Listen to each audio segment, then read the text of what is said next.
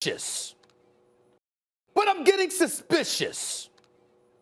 Hasn't KD been out a little bit too long? KD? Let me finish. Mm-hmm. KD, I bring up KD and AD in the same sentence. Haven't they been out? I mean, Yes, AD's they been have. about 20 games.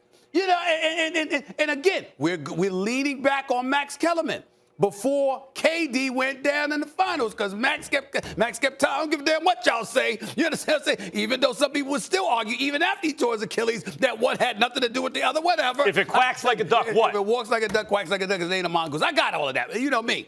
But what I'm saying is, my antennas are getting raised. I'm about to get nosy is what I'm trying to say. Usually I'm just sitting back, I'm hosting. You know, I get calls, I got contacts. I've been covering the league for a quarter century. I got major contacts. All of that stuff is good. But I don't have time, okay? I don't have time, all right? I get my information, but I lean on the dudes because we got a crew here at ESPN. But I'm getting suspicious. It's been a little bit too long with these injuries. And I'm starting to feel, Max, that you know what? It's worse than we're being led to believe. And so I'm of the mindset, first of all, Lakers ain't winning the West without both AD and LeBron. Ain't happening. So, and I ain't worried about LeBron coming back. As far as I'm concerned, I'm not accusing him of faking the injury by any stretch of the imagination. I would never accuse any player of doing that, especially LeBron. But I don't care if LeBron's out the next month and a half. He deserves it. He's in the NBA Finals. The brother shows up, only missed one game this year. I don't give a damn if LeBron takes the next month off. I know that brother going to be ready come playoff time. I have no doubt. AD's an entirely different matter. And without AD, Lakers might go home in the first round. Now, I can't see it. I can't see it because LeBron don't go home in the first round. But I'm getting very, very, very suspicious on the West Coast with AD and on the East Coast with KD. I'm getting very, very suspicious. Sherlock is going to dust off the pipe and the hat. And Madlock, Perry Mason, pick it. I don't give a damn. I'm beyond inquisitive at this point. It's getting to the point. I'm not ready to say that the Lakers have nothing to worry about because I'm not sure there's not something to worry about with AD. And so as a result of that, and I said this from day one, ain't no way in hell he coming back 100%. He's going to play 100%. He's going to be unconcerned about anything. I don't believe it, Max. I don't believe it. So because of that is why I say to you, I'm not sure at all, and I don't think you nor anyone else should be sure about the Los Angeles Lakers because they need both to defend their crown, not just LeBron. Well, that's right. You can't be sure, and you have every right to be suspicious. KD has been MIA, and so has AD. Right. And we've that's why we're asking, are you losing faith? You know, it's been sort of an article of faith. Yeah, but KD will get back. And when KD gets back, the Nets. And when AD gets back, the Lakers. You can look at the odds in Vegas. Those are the two leading odds-on favorites. Well, a little the less Nets with and the KD Lakers. because KD was the hamstring. You see what I'm saying? Okay, but still, when you have AD, it was the calf. No doubt, KD's coming off an Achilles, right. And now you have leg issues, yeah. And so you get worried. By the way, look into it. Absolutely, that's worth looking into. I'll say this though. I still have faith in the sense that what has been reported so far is that AD will be back. I'll stick to the Lakers right now. AD is supposed to play in April. Does that give him and the Lakers, number one, can the Lakers survive until then and hold on to a playoff seed? I think the answer is yes. Number two, even if it's 15 games, all you got to do is win 5 of those, let's say.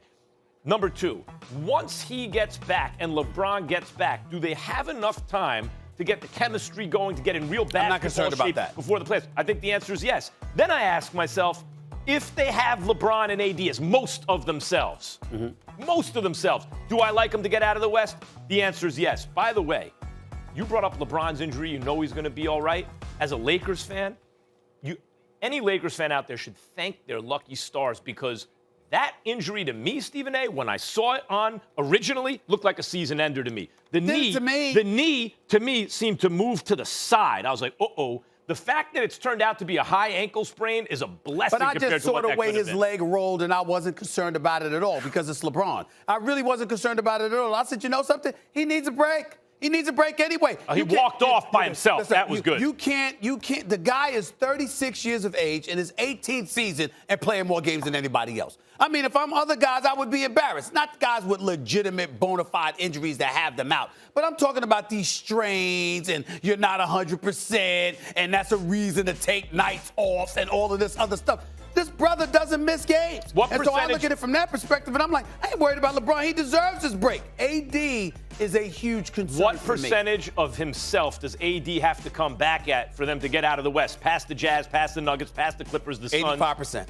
At least 85%. At least 85%. I think that's about it right. He has to be mostly himself. At least 85%. If Anthony Davis is not at least 85%, the Lakers are not coming out of the Western Conference. Lakers ain't getting to the conference final. Don't sleep on the Mavs either. I'm telling people they had a lot of COVID issues early. The West is a beast. It's a beast right now. Well, listen, you say the Mavs, I say Portland, and I'm going to bring up the Clippers. Phoenix. Listen, Phoenix, but they're young. I just think there's a missing piece, but I love the fact they got point guard play, obviously. They got coaching. They got young athletes. They got a star in Devin Booker. I love what I'm seeing from Phoenix. I still think they're an additional piece away, but for me, this is it.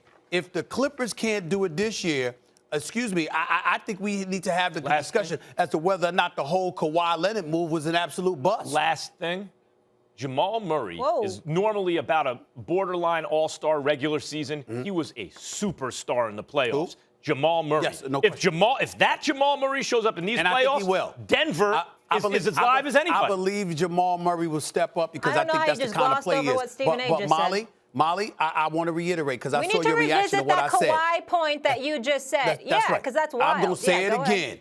If the Los Angeles Clippers don't even make it to the conference finals this year, the Kawhi Leonard move ultimately blamed for all of this. I blame LeBron James. It's all his fault. It's all his fault, okay? First of all, you go to it is hypocritical of me because even though I didn't like what happened, it was in South Beach. So why would I complain about having to go to South Beach? I mean, come on now. You know what I'm saying? So I'm just throwing myself out on Front Street and that. I got it. But remember when they won the championship in Cleveland? And then the next year he came back, you had D-Wade to the mix. You had Deron Williams to the mix as well. You tried to do something like that in order to repeat as champions. KD ultimately hijacks your run because what does he do? He goes to Golden State, and now he's one up to there. And then he won back-to-back titles. Should have won three. Would have had a three-peat had he not torn his Achilles. Would have easily had a three-peat without question, okay? But then after that, what happens? Now he comes to Brooklyn, and this is what he's doing. Thank God there's some level of competition because, see, that's the biggest thing. When I appeared with KD on the boardroom on this show on ESPN Plus from before, when I appeared on there, okay, what I explained was it's all about competition. I'm old school, man. I grew up watching the NBA. I've been covering the NBA for 26, 27 years. I've been watching it all my life pretty much. I love the NBA, and I love competition. And you want to see people wanting to go against one another. And there's this culture where everybody's trying to join one another. And that goes against everything that I'm about. And I think that KD was definitely more significant because you joined a juggernaut. They had won 73 games, and you joined a juggernaut. But what Magic really showed these dudes is... Magic? Yeah, excuse me. LeBron really showed. I'm going to talk about Magic in a second. What LeBron really showed these dudes, including KD, is that we can do the same thing the teams are doing. Because I think the reason I said Magic is I think about the Lakers in 79-80. That's Magic's rookie year, right? It's him and Kareem. Okay. But they drafted Worthy. But still, no. But it was a draft, I'm not talking about Worthy, though. Okay. I'm talking about Jamal Wilkes. And I'm talking about... He's already on the squad, right? Norm Nixon, right. Norm Nixon was already there. That's right. And then they traded for Spencer Haywood, right? Yeah, but my point was draft, though. Okay. My point is what LeBron showed the world and other players like KD is, you see the way the teams are the boss and the GMs put together? Because the Lakers had a super-duper team. Stephen A., did they need Spencer Haywood? Like, they needed to grab an all-star power forward to go with all-time great center. They didn't need to do it. But they did it. And what LeBron showed KD is we can do that too. I'm going to take Chris Bosh. Me and Wade and Chris Bosh are going to do it. KD said, bet. I'll just go and join Golden State. Oh, those aren't the rules? Bet. I'll make my own team. Me, Kyrie, and Harden. What's the difference between him doing that and a GM doing that in L.A.? I understand that. But what I'm trying to tell you is that the players themselves are the ones on the court competing. I'm not saying that the GMs, the executives don't compete out there. And I'm not faulting Sean Marks, who I think is doing an outstanding job. And I'm not faulting the Brooklyn Nets. I don't blame you. You could be all over me if I was doing that. I would do the same thing if I was them. LaMarcus Aldridge and Blake Griffin gave up about $20 million to get there, okay? They gave up about $20 million to end up on the roster. So expensive ring. Exactly. There we go. They're buying an expensive ring. They're buying a ring. But what I'm saying is I'm not knocking Sean Marks, Steve Nash, Mike D'Antoni. I'm not knocking an organization. That's what you're trying to do. The players themselves, you are on the court competing, and I had 5. Count them. 5 players text me this weekend. Oh, that's what we doing now, Stephen A? It's anti-competitive, That's what we basically. because Yes. they're saying it's anti-competitive. They're like, and Yeah. you can guess who some of those are. Both They're are like this. salty. They text me. That's what we Molly, doing now, that's Stephen A. why- That's what I'm saying. That's All why right. Kawhi didn't go to the Lakers. Kawhi tried to compete against LeBron. You know, that might make that I might have to No rethink question. Kawhi because Speaking what of the you just number said. 5. Yeah.